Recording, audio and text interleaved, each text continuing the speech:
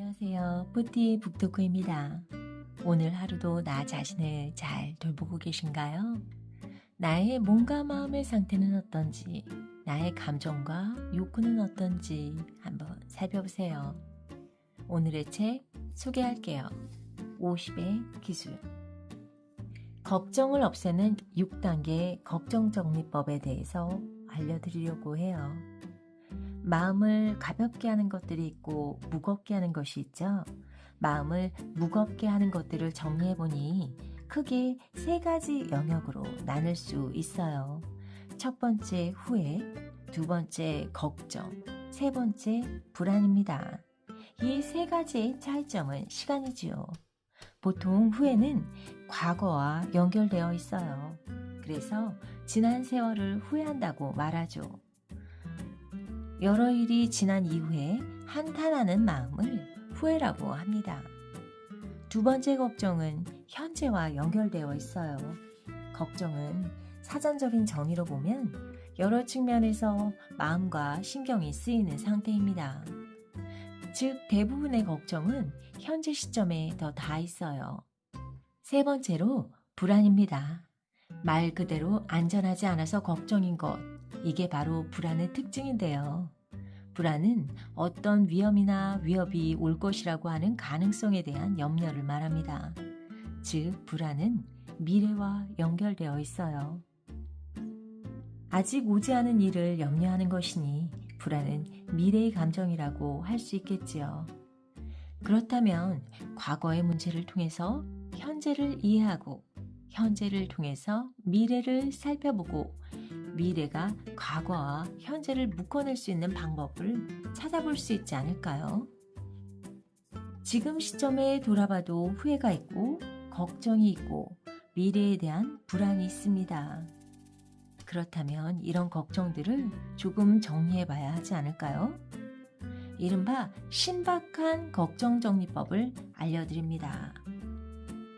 신박한 걱정정리는 이렇게 합니다. 첫 번째, 종이에 걱정을 적어보는 거예요.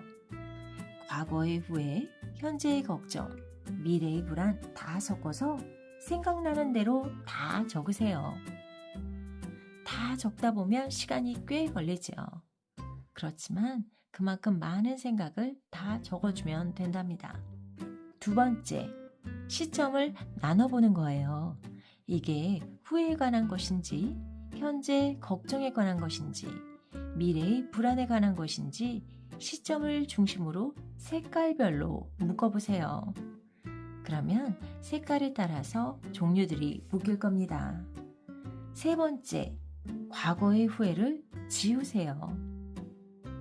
형광펜 쳐놨던 과거의 후회 중에서 5년, 10년, 15년 지속적으로 후회하고 있는 것을 찾아서요. 지워보세요. 내가 후회해도 조금도 달라지지 않고 앞으로도 달라질 가능성이 없는 거거든요. 네 번째, 현재의 걱정을 잘 살펴보세요. 이건 다음에도 풀리지 않겠다. 이건 벌어질 일일까? 자문해 보면서 지울 수 있는 것은 무조건 지워야 합니다. 다섯 번째, 남은 것들을 모아보세요.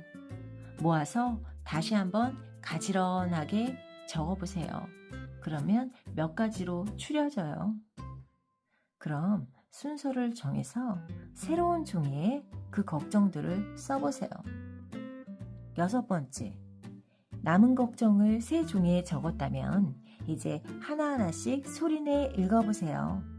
읽은 다음 종이를 마구 구겨서 쓰레기통에 확 버리세요. 나와 문제 사이의 거리 두기를 시행하는 것입니다. 문제가 나로부터 떨어지는 물리적인 경험을 해보는 거예요. 글로 써서 정리해서 지워보고 실제 적어서 구겨서 버려보는 것. 아무것도 아닌 것 같지만 마음의 1차 정리가 시작된답니다. 생각과 걱정을 정리한다면 과거의 후회와 미래의 불안은 걷어내고 현재의 걱정에 집중하세요. 과거의 후회나 미래의 불안을 걷어내는 것만으로도 내가 이 상황을 통제할 수 있다는 생각을 하게 됩니다. 후회와 불안의 요소에 줄을 쫙 긋는 것만으로도 효능감이 높아져요. 현재 문제에 대한 효능감이 높아지면 당연히 앞으로 일어날 일에 대한 해결 가능성과 그 능력도 연쇄적으로 높아지게 됩니다. 미래에 대한 불안도 한결 줄어들게 되고 두려움에 대한 통제도 어느 정도 가능해집니다. 지금부터 걱정을 하는 게 아니라 걱정 쓰기를 시작하세요. 마이너스 걱정법으로 걱정의 총량을 줄이고 미래의 효능감까지 높일 수 있답니다. 여러분, 어떤 생각이 드시나요? 내가 지금 걱정거리가 많다면 그걸 걱정하지 마시고 빨리 종이 위에 걱정을 다 써보시고 제가 말한 6가지 단계로 그 걱정을 적어보고 정리해보고 그 다음에 종이에 써서 버려보세요. 정말 걱정이 싹 날아가 버리면서 안정감이 들 거랍니다. 아마 다음에도 걱정은 계속 생길 거예요. 그렇지만 이런 방법을 반복적으로 쓰면서 우리가 이 걱정을 이겨나가면 되겠습니다. 어떠세요? 오늘 당장 걱정을 써볼 생각이 드시나요? 오늘 하루도 행복하게 지내시고요. 다음 시간에 또 만나요.